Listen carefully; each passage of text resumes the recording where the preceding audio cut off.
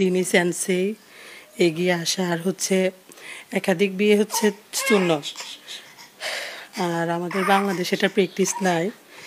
এই একটা হালাল বিষয়কে মানুষ খুবই নেগেটিভ মনে করে, দ্বিতীয় বিয়েটাকেই নেগেটিভ মনে করে। তো সেই জায়গাতে আমি কুমারী হয়ে মানে এটা নিজে আল্লাহ সন্তুষ্টির জন্য যদি এগিয়ে আসি, তাহলে আমাকে দেখে অন্য বোনেরা ইন্সপায়ার হবে।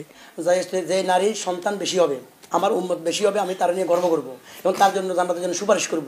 তো সেই সুবাদে আমি তো নিয়ত করছি ইনশাল্লাহ, সন্তান 7 জন আছে, আরেকজন আসতেছেন, আর ইনশাল্লাহ আমার যদি মিনিমাম 20 জন সন্তান হবে। একই ছাদের নিচে 4 বউকে নিয়ে সুখে শান্তিতে সংসার করছেন নুরুদ্দিন নামের এক ব্যক্তি। প্রথম স্ত্রীর অনুমতি নিয়ে 2022 সালে একটি ওয়েবসাইটের মাধ্যমে বিয়ে করেন দ্বিতীয় স্ত্রীকে। পরবর্তী তৃতীয় এবং চতুর্থ স্ত্রী আয়েশা এবং শান্তা, যাদের সাথে যোগাযোগ হয়েছিল ফেসবুকের মাধ্যমে।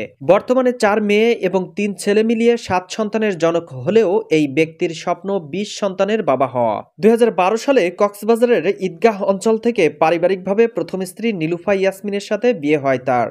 এর প্রায় 10 বছর পর 2022 সালে শরীয়তপুরের বিধবা ফাতিমা খাতুনের সাথে দ্বিতীয় বিয়ে করেন তিনি, এবং পরের বছরের নভেম্বরে ফেসবুকের মাধ্যমে পরিচয়ে কিশোরগঞ্জের আয়েশাকে বিয়ে করেন তিনি। 2024 সালের এপ্রিলে চতুর্থ স্ত্রী কুমিল্লার শান্তাকে বিয়ে করেন নুরুদ্দিন। তিনি কুমিল্লা ভিক্টোরিয়ান্স কলেজ থেকে স্নাতক শেষ করেছেন। পড়াশোনা হচ্ছে কুমিল্লা ভিক্টোরিয়া সরকারি কলেজ, অনার্স কমপ্লিট, রাষ্ট্রবিজ্ঞান ডিপার্টমেন্ট। পরিচয় হচ্ছে ফেসবুকে।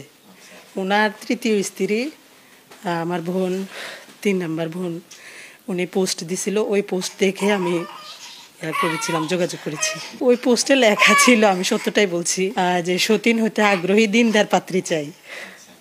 তো ওইটাতে আসলে ওই যে বলে না, রিজিক কেউ কখন কার সাথে জোড়া মিলে রাখে, কোনো না কোনোভাবে হয়ে যায়।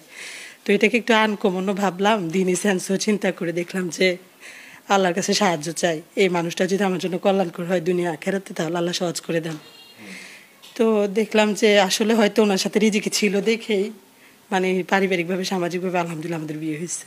বর্তমানে নুরুদ্দিন তার 4 স্ত্রীকে নিয়ে চট্টগ্রামের হালি শহরে বসবাস করছেন। তবে একই ছাদের নিচে 4 স্ত্রীকে নিয়ে বসবাসের বিষয়টিকে উজ্জ্বল দৃষ্টান্ত হিসেবে দেখছেন স্থানীয়রা।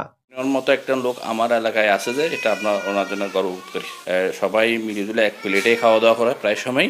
আমি আমার ওয়াইফ নিয়ে ওনার এগুলো দেখার জন্য আমি 1 সপ্তাহ ওনার বাসায় ছিলাম। বর্তমানে বাংলাদেশের প্রেক্ষাপটে দেখা যায় পুরুষের তুলনায় মেয়েদের সংখ্যা বেশি।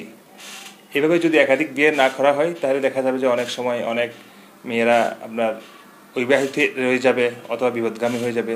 সেই দৃষ্টিকোণ থেকে আমাদের নুরুদ্দিন ভাই আলহামদুলিল্লাহ খুব সুন্দর কাজটি করেছেন।